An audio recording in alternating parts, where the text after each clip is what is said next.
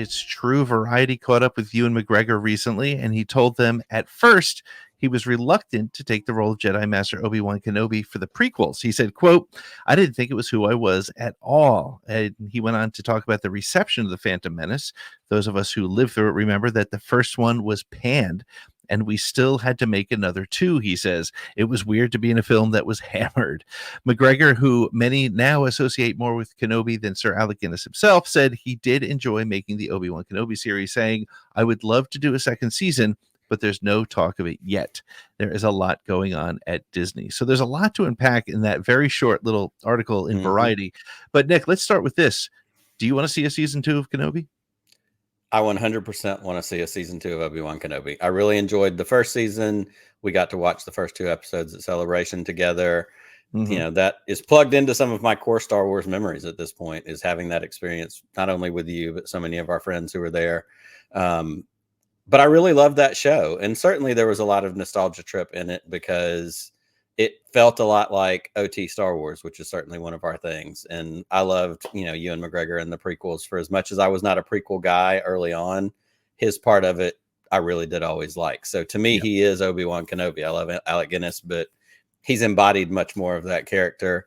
And I think he has a love for it the same way he and Hayden Christensen have both talked about the love they have felt in the later years after the prequel trilogy hate died down.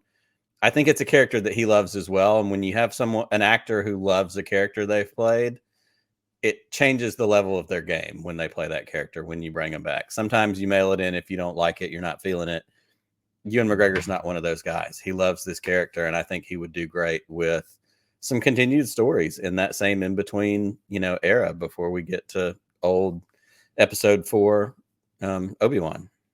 You brought up a great point that he brought up as well, and that Star Wars needs to, or the prequels have moved beyond the hate, but I think it's really important and really interesting to watch and remember that the prequel hate was real.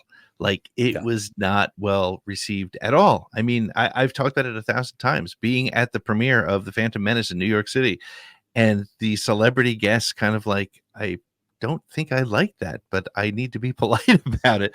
But I it's great to see them getting their appreciation now, so many years later. Second season of Obi-Wan, I'm going to take the contrary side and be like, honestly, I don't know that we need it. I actually didn't know if we needed Obi-Wan season 1. I thought it was a fun show. It's interesting, the nostalgia notes it played for a lot of the prequel kids. I call them kids because they were kids when it came out. But I don't know. I mean, I thought it was cool, but I enjoyed it, and for the same reasons you said, being at Star Wars Celebration when it came out, standing there in the room with you and Hayden and others, it was and cool. Your dad and your son. I mean, that added to that certainly for you. 100%. But I'll tell you what, I don't think that I need another season of that, unless there's a really good story. And again, every time I've said I don't think I need this particular Star Wars, I've gotten and I've loved it. It shows up and it's been great. Well, I'll tell you the other reason we need the second season of that is I need more Vivian Lyra Blair as young Leia. Yep. Oh yeah, I would take that in a heartbeat. And I want to see more of whatever that little boy's name is. I can't remember what it was. Let's see him become Luke Skywalker. So